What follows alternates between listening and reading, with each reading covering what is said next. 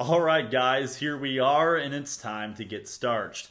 So, tonight I want to talk to you guys a little bit about the whole Zone 2 craze movement. It's kind of funny to me that it's actually become popular. Number one, because most people hate doing long duration cardio. But here we are, it's 2024, and hybrid training is the hottest craze since CrossFit. And I'm not mad. It's a great thing. We can't really get mad at the fact that more people are doing low intensity cardio, that people are doing more zone 2. If you think about it, the leading cause of death is still cardiovascular disease. So that is a great thing. And I don't want this video to come across as bashing the whole zone 2 craze or kind of trying to play the contrarian. But I had someone today message me, and this has prompted this video. And so this person messaged me and was struggling with getting their runtime down, and they were concerned that they were doing too much zone 3 work, or they had recently done some zone 2 runs and they turned into zone 3, and they were kind of freaking out, and they're like, hey, can you take a look at this? I feel like I'm going too fast. Am I in zone 2? My heart rate was drifting. What do I do? What do I do? Help, help, help. So I think that it's important to understand that I'm not bashing this particular person, but for context, this particular person was averaging around 4 hours per week of cardio training specific. And that was pretty consistent for the last 6 months, let's just say. So that's important to note. So, you guys are probably already going to guess where I'm going with this. If you hear a squeaking ball in the background, that's my Labradors wondering what I'm doing in the office.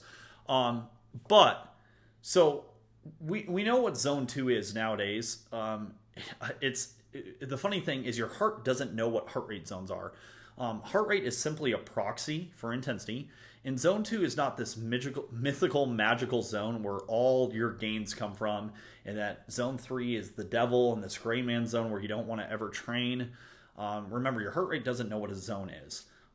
It's just simply a proxy for intensity, and the fact is when we do zone 2 work or low intensity work, the whole point is that you can accumulate a lot of volume and you don't have as much of a recovery cost. So that's a very reductionist kind of view of the whole zone 2 movement, but that's basically the nutshell. Is you can do a lot of work for not as much recovery. And that's why when we took a look at endurance athletes over the last century, we happened to notice that they do a lot of volume, which makes sense. Why would they do a lot of volume? Because if you do a lot of volume, you can accumulate more work, and you can use that low intensity volume to do more high intensity efforts or to do more intervals, basically to build that top end or your threshold. So what happened is we had a couple popular books, and I've posted about this before, and you had the whole 80-20 running from Matt Fitzgerald. And then, I've even done podcasts talking about how, if you look at elite endurance athletes, they spend most of their time at a low intensity. That low intensity has all these amazing benefits and gains, and that you should be doing a lot of low intensity. And what happened is people skipped over that whole elite endurance athlete part very quickly and just thought, oh well, you just do 80% low intensity or zone 2 or below, and you do 20% high intensity. So basically they latched onto the 80-20 without understanding the context. And I think this will help you guys understand why you don't need to be freaking out about the whole 80-20 rule if you're not like an elite endurance athlete or not training for some world-class like endurance dominant event. And I know that's going to sound like heresy, and it's going to sound like I'm contradicting what I've talked about in the past before, but you guys got to remember, I train a lot of guys that are going into selection, a lot of guys and gals that are doing endurance events like Ironmans and, ultra marathons. So it's a little bit different when we're talking about everyday athletes or people who are even doing hybrid training. So what I want to do is give you the context of what an elite athlete might do in a week. And this is just a random example. I'm not going to name the particular athlete. They gave me their Strava data. They just asked that I didn't share who it was. so people don't go Strava stock and try to find out what they're doing for their workouts, because this is a competitive athlete who's doing very well. They just happen to lend me their week of Strava workouts. Now, for context, this is during the off season, so the volume is going to inherently be a little bit higher than in the race season, but this is going to make a point, which I think is an important point. And I want to contrast against the person who was messaging me freaking out about that they were doing too much zone 3 work and that they're going to break the 80-20 rule and they're doing too much high intensity and the sky's falling and all that above. So let me read through this training week. I'm going to cover it briefly. And then I want you guys to kind of see what a week of a pro endurance athlete who's been in the game over 15 years, closer to 20 years, is doing in their, remember, this is an off season kind of, they just finished a big race. So ready? Workout number 1 was 3 hours and 30 minutes, which right there, most of you are like, that's what I get in a week. And this is going to be the point I make throughout this long duration video. So it was a 3 hour, 30-minute workout. It was actually had VO2 max intervals with 3 sets of 13. And that was 30 seconds at VO2 max and then 15 seconds recovery. Right there. That workout for most people would smash you into oblivion. And look at, they're still doing 3 hours and 30 minutes of total duration. So, you know, you're going to have arguments back and forth if the 80-20 rule is simply minutes spent at intensity or is it training days. A lot of people say it's training days, but that doesn't make sense physiologically because your body doesn't know what a day is. It knows it has a circadian rhythm, but your muscles don't. So it's actually minutes spent at intensity that truly matters, in my opinion. So workout number 1 was a 3 hour, 30-minute VO2 max workout. So easy riding, but with 3 sets of 13 of VO2 max. Day 2, 4 hours. So we're already at 7.5 hours in on our second day. Another VO2 day with 3 by 10 minutes. And 3 by 10 minutes, and that 10 minutes was roughly about 90% of their VO2 max, with about his split 3-7, so kind of a little over-under workout. So once again, two workouts in there at 7.5 hours. Okay, workout number 3. This was an over-under workout. These are super popular in cycling where you spend a little time under threshold and then you go over. This was 3 hours and 45 minutes. So if you're keeping track, and I'm a strength coach, so I don't math well, I only do 135, 225, 315. We are over the 10-hour mark and we are 3 days in. And notice, in this particular cycle, this athlete was doing intervals every day. But if you're doing a 4-hour ride and you do 30 minutes of threshold work or tempo work, that's still actually relatively small, especially when you buff it out throughout the week. Okay, so workout number 4 was a 4-hour day at low intensity, but they had 8 all-out sprints, just 10 seconds, but another 4 hours in the saddle. So we're upwards of that 14-hour mark 4 days in, right? Most people are taking 3 weeks to get that amount. Okay, the next day is going to be a 5 hour and 20-minute ride with a 1 by 8 minute at functional threshold power. That's FTP for those of you who don't know. 5 hours and 20 minutes. So you guys can see they are spending egregious amounts of time on the bike, right? We're closing in on 20 hours. So that's day 5. Day 6 was a 3-hour workout, 3-hour ride, very low intensity. And then the final day looks like it was about 2 hours with 6 by 3 minutes at another VO2 max. So very heavy in the VO2 max. We don't need to get into the specifics because I don't have the rest of his training for the cycle, but this was, I know that sounds like a lot of intensity for off season, but these guys understand that if you just spend 4 months base building with no intensity work, that top end plummets really quick. But let's push that aside. Okay. So we were over 25 hours of riding in that week. 25 hours. I want you, okay, this won't make sense, and you're not going to do this because most people say, I don't even have enough time to do that. Bingo. That's why it's their job. These guys, their 40-hour-a-week job is to train. So that's important to understand. So if I think about the 7 days of training I just listed off, if I was like, I want you to try to do that in the next couple weeks, that same workouts, same durations, your first off thought is I can't, that's impossible. There's no way I could find a day where I could ride for 5 hours because I've got the kids, I've got work, I've got the dogs. I just don't even have a route that goes that long. So you already see how you're already making excuses why an elite endurance athlete's program doesn't make sense for you. But yet somehow we take the rules of elite endurance athletes and we just copy paste, which is not wrong because doing low intensity training is great and healthy, but you might start to connect the dots and see why you don't need to necessarily obsess about maybe dipping into some higher intensities. There is an inverse relationship between intensity and volume. If you are at high intensity, like a 1 rep max, you're doing 1 rep. If you're at low intensity, to stimulate adaptation, you're going to need a lot of volume. But let's think of this also. Why are they spending so much time at a zone 2? Well, I want you to think right now, if you were to ride your bike for 25 hours this next week, most of you would be so exhausted that the only intensity you can do is low intensity.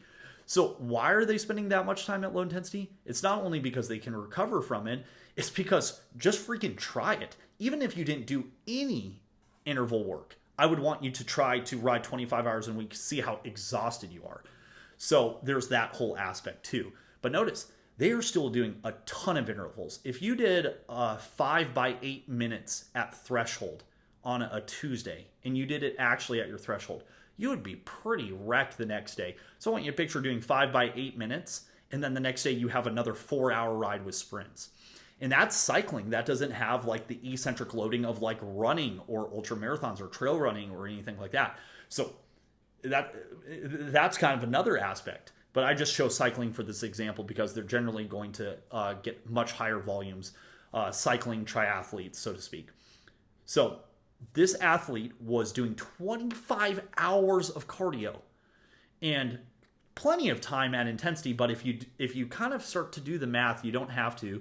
It's going to be close to that 80-20, maybe 90-10, 85-15, 91. You guys get the split. They're doing a lot of work at low intensity to accumulate a ton of volume that they can recover from. And you're going to see this across the board. And I'm not saying all the numbers are the same, but these are the numbers that the sprinters were doing and the climbers. So when you actually start to look at a lot of running programs and cycling programs, there's not too much delineation between the sprinters and the climbers. There will be, but even when I was in Australia and I was a coach at the Institute of Sport, our sprinters and our endurance guys did roughly the same thing. A lot of it had to do with their potential, with what races they raced in and various other factors, but a lot of their training was very similar. The endurance guys for the sprinters would have some more work, maybe some more uphill work, some extra sessions, but honestly, the differences was less than you think. And that's similar in running, where a lot of runners who are track athletes like Ingrid Jacobsen or for Norway, or Josh Kerr, they specialize in like the 1500 meter, but they're putting in 70, 80, 90, 100-mile weeks, which is kind of shocking for most people. They think that's for the ultra marathoners. So what the whole point of this video is, and I hope this is just kind of calming people down, is realizing that you're not an elite endurance athlete who's getting paid to win races in Spain. So number one is you don't need 25 hours a week to be successful. And these guys aren't always doing 25 hours, but a lot of elite endurance athletes do play the high volume game, some upwards of 35. But why they're doing that, it's because they have that 40 hours a week. It is their job. But also they can recover from it, versus if they did 70% of that 35 hours or 25 hours or 15 hours at high intensity, they would not be able to do the volume, right? That inverse relationship between volume and intensity. But now let's take this all back and bring it back to the example. I had a gentleman message me freaking out about that he was doing about 4 hours of cardio and that he, on a couple of his runs, was hitting a zone 3. Now, this is not to embarrass that person, but it's to be like, hey, like, come on now. Like, I'm not saying that you can't be fast. I'm not saying that you can't be incredibly fit. I'm not saying you can't accomplish amazing things at lower volumes. I think David Roach just proved that. Roach where he was doing half the volume of most people when it came to breaking the Leadville 100 record. But he had 18 years of base building before that, which is an important point. But now when you look at that example, and he was running about 4 hours a week and freaking out about some of his runs going into zone 3. Actually, if you think about it, with the volume being so low, remember volume, intensity, with the volume dropping low, what has to happen for adaptations to take place? Intensity, right? So I want you to picture right now, let's say you can deadlift 400 pounds, right?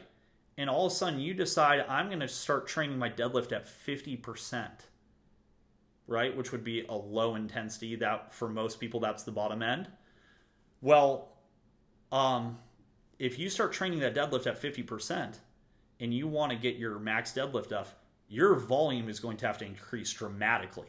You can't keep doing the same thing with that 200 pounds because you've just lowered intensity, so volume must go up. So now let's reverse that. If you drop volume, intensity must go up. So if I'm going to say, let's say I'm like, well, I only have 2 hours a week and I can't do more than 2 hours a week, intensity has to go up. Now, and you should be able to recover because you're not doing the volume, right? So I am the biggest fan of low intensity, low duration cardio. I've got a shirt on my website that says Zone 2 Crew, baby. I'm thrilled everyone is doing their low intensity work. But we have a lot of people who are doing 3 hours, 4, 5, somewhere in there is where about most of the people that come through my DMs are training, and they're wondering why they're not necessarily getting crazy fast, or they're worried and freaked out that they're doing too much work. And I'm trying to put this in context, not to make them feel bad, but to be like, hey, you're doing like a fourth or a third or maybe half the volume of these other guys, and they're doing actually more intensity than you, and their volume's higher. You have the ability to do more intensity. Now, you can easily see how people will be like, oh, okay, sick, and then they just completely abandon the base and then make excuses of, oh, well, I can only get 2 hours of cardio, and so they don't sacrifice to build the base that they actually could. So you can actually take this and then turn it on its head and then just completely get rid of the base work, which is a losing game plan if you do want elite times or want to really be an endurance athlete at a high level. But for everyday people, I mean, it just depends. What bandwidth do you have? Are you a person that can somehow negotiate 20 hours of cardio a week? Fantastic. Well, you're going to have lower intensity for most of that time. If you say 3 hours and that's all I got, you don't need to freak out about the 80-20 rule. The 80-20 rule was an observation for elite endurance athletes who are paying their bills by whether they win these incredible races that most of us would be happy even to get an entry into. So I hope that provides a little context and just gives you permission to have a little bit more fun in your training and not take it so seriously. Now, remember, don't take this as, oh, well, Taylor said I'm only doing 4 hours, I'm just going to abandon base. You need to remember, you need to constantly be building a base because the peak of the pyramid is dependent on the base or the width of the base, the height of the peak. So it's very easy to then justify, well, okay, I'm just going to do less. You do have to negotiate with yourself to make sure you do have a wide enough base to support the peak you have. But volume and intensity, if volume is down low, and think for most people they're doing about a fourth or a third of what pro athletes are doing, and yet most people are actually doing less intensity than the pro athletes. We could get into arguments there. But take a breather.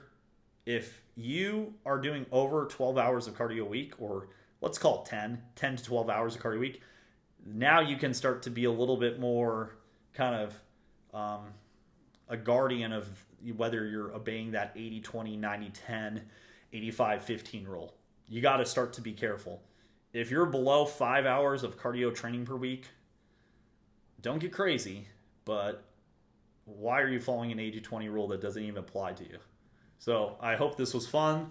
I hope you guys got starched. I'll see you guys soon.